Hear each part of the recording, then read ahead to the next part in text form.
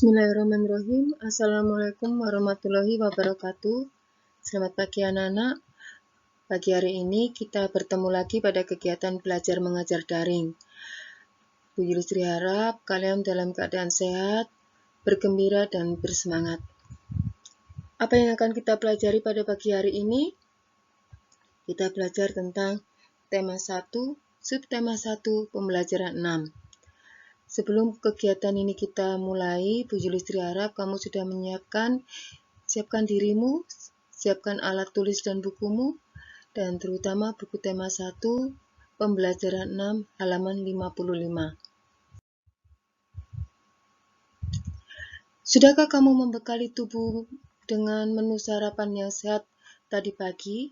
Sarapan sangat penting untuk bekal selama seharian beraktivitas. Nah, di situ ada gambar buah-buahan, sayur, dan beberapa karbohidrat yang sangat diperlukan tubuhmu untuk masa pertumbuhan. Di sini ada sayuran, buah, kentang, ini termasuk sumber karbohidratnya, sumber energinya. Nah, setelah itu kita akan membaca bacaan yang berjudul Tumbuhan, Sumber Karbohidrat, Protein, dan Vitamin. Yulistri harap kamu memperhatikan setiap bacaan pada paragrafnya, karena nanti pada setiap paragraf ini harus ditentukan ide pokok sekaligus membuat kesimpulannya. Setiap paragraf. Ketika di bacaan ini ada 3 paragraf, berarti ada 3 ide pokok dan termasuk ada 3 kesimpulan. Pada bagian lain setelah ini, lalu kita belajar menggabungkan ketiga kesimpulan itu menjadi satu bagian yang harus dituangkan dalam bentuk kalimat baku. Kalimat baku itu kalimat yang benar, yang mengandung ejaan yang disempurnakan. Nah, sekarang kita mulai membaca bacaan yang berjudul Tumbuhan, Sumber Karbohidrat, Protein, dan Vitamin. Manusia dan hewan memerlukan makanan untuk melakukan aktivitas sehari-hari. Oleh karena itu, jenis tumbuhan yang mengandung sumber energi dikonsumsi setiap hari. Ada beragam jenis tumbuhan yang mengandung karbohidrat seperti padi, jagung, dan umbi-umbian. Manusia dan hewan juga memerlukan makanan yang cukup mengandung protein untuk pertumbuhannya, seperti untuk tumbuh tinggi, besar, dan mengganti sel-sel yang rusak dalam tubuh. Ada beragam jenis tumbuhan yang mengandung protein sehingga membuat kita tumbuh sehat. Tumbuhan tersebut adalah kacang kedelai yang terdapat pada tahu dan tempe, kacang tanah, kacang merah, kacang hijau, serta jenis kacang-kacangan lainnya. Manusia membutuhkan jenis makanan yang mengandung vitamin. Vitamin diperlukan untuk menjaga kesehatan dan melindungi tubuh kita dari serangan berbagai penyakit. Ada beragam jenis tumbuhan yang mengandung vitamin untuk menjaga tubuh kita agar selalu sehat, yaitu sayuran dan buah-buahan. Sayuran dan buah-buahan tersebut meliputi bayam, kangkung, kacang panjang, terong, buncis, tomat, pepaya, mangga, apel, jeruk, dan banyak lagi. Nah, sekarang kita menentukan ide pokoknya. Akan Bu Yulistri ulangi setiap paragraf bacaannya, lalu akan kita tampilkan apa ide pokok yang pas untuk paragraf itu, lalu apa yang bisa kita simpulkan dari bacaannya. Paragraf pertama, Bu Yulistri ulangi bacaannya, yaitu manusia dan hewan memerlukan makanan untuk melakukan aktivitas sehari-hari. Oleh karena itu, jenis tumbuhan yang banyak mengandung sumber energi perlu dikonsumsi setiap hari. Ada beragam jenis tumbuhan yang mengandung karbohidrat seperti padi, jagung, dan umbi-umbian. Lalu, apa ide pokoknya? Ide pokoknya adalah manusia dan hewan memerlukan makanan untuk melakukan aktivitas sehari-hari. Kesimpulan yang bisa kita ambil adalah manusia dan hewan memerlukan makanan. Paragraf kedua bunyinya seperti apa? Kamu bisa buka bukumu halaman 58 dan membaca bersama-sama Bu Yulistri.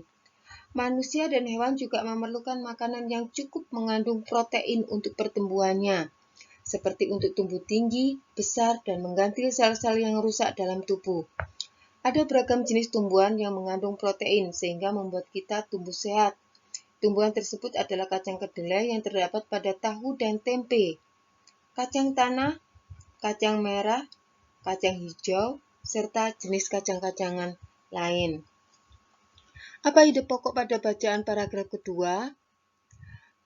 Ide pokoknya adalah manusia dan hewan juga memerlukan makanan yang cukup mengandung protein untuk pertumbuhannya. Apa yang bisa kita tarik untuk kesimpulannya? Kesimpulannya adalah protein sangat penting bagi manusia dan hewan. Paragraf yang ketiga, dibaca bersama Bu Yulistri. Manusia membutuhkan jenis makanan yang mengandung vitamin. Vitamin diperlukan untuk menjaga kesehatan dan melindungi tubuh kita dari serangan berbagai penyakit. Ada beragam jenis tumbuhan yang mengandung vitamin untuk menjaga tubuh kita agar selalu sehat, yaitu sayuran dan buah-buahan. Sayuran dan buah-buahan tersebut meliputi bayam, kakung, kacang panjang, terong, buncis, tomat, pepaya, mangga, apel, jeruk, dan banyak lagi. Ide pokok apa yang bisa diambil dari paragraf ketiga ini? Yaitu manusia membutuhkan jenis makanan yang mengandung vitamin.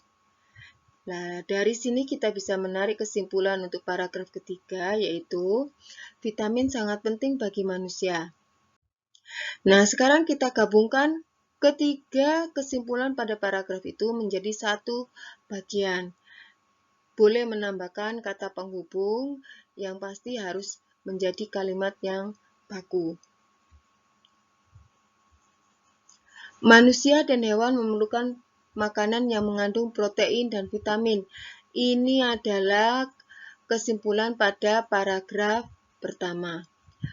Protein untuk pertumbuhannya seperti untuk tumbuh tinggi, besar, dan mengganti sel-sel yang rusak dalam tubuh. Nah, ini termasuk kesimpulan pada paragraf kedua. Kemudian, vitamin diperlukan untuk menjaga kesehatan dan melindungi tubuh kita dari serangan berbagai penyakit. Ini untuk menjawab kesimpulan paragraf ketiga. Nah, setelah kita menggabungkan ketiga simpulan ini, apa yang kita pelajari? Kita belajar tentang PPKN, yaitu cerita tentang penerapan sila Persatuan Indonesia terkait dengan merawat kebun atau taman sekolah. Pelajaran yang kemarin kita sudah belajar tentang Pancasila. Ada 5 sila. 5 sila ini memiliki nilai-nilai tersendiri. Bahkan Bu Yulistri sudah membahasnya dari tema yang sebelumnya, tentang sila pertama, ketuhanan yang Maha Esa, sila kedua, kemanusiaan yang adil dan beradab, sila ketiga, persatuan Indonesia, sila keempat, kerakyatan yang dipimpin oleh hikmat kebijaksanaan dalam permusyawaratan perwakilan. Untuk yang sila pertama, kedua, ketiga, dan keempat sudah dibahas di pembelajaran yang lalu. Nah, sekarang kita kembali lagi ke sila Persatuan Indonesia. Kita membuat cerita ya. Nah, Bu Yulistri sudah membuat cerita tentang sila persatuan, yaitu sekolah kami memiliki lahan kosong yang cukup luas. Sampai beberapa bulan, lahan kosong ini tidak digunakan untuk kegiatan apapun. Namun pada bulan ini, kepala sekolah dan para guru berinisiatif untuk mengubah lahan tidur tersebut menjadi lahan yang produktif. Para siswa pun diajak untuk mengubah lahan kosong tersebut menjadi kebun sekolah. Siswa dari semua kelas dibagi jadwal tersendiri untuk merawat dan menanam tumbuhan yang akan mempercantik dan menambah manfaat kebun sekolah tersebut. Kami mungkin tidak mengenal satu sama lain, apalagi jenis jenjangnya berbeda dengan terlalu jauh. Tapi sebagai warga sekolah, kami semua memiliki rasa kecintaan yang sama terhadap kebun sekolah yang baru. Berkat kerjasama kami semua, kini kebun sekolah kami menjadi tempat yang sangat bagus untuk sekedar beristirahat atau berkegiatan. Pohonnya rindang dan udaranya pun sejuk. Kami semua berjanji akan merawat kebun tersebut, bahkan hingga kami lulus nanti. Nah, sekian anak-anak pelajaran pada pagi hari ini. Terima kasih sudah menyaksikan. Terima kasih sudah mencatat hal-hal yang penting. Dan setelah ini akan Bu Yusri kirimkan link soalnya. Setelah selesai mengerjakan, nanti akan Bu Yusri kirim link PJOK dari Pak Ferry. Terima kasih. Waalaikumsalam warahmatullahi wabarakatuh.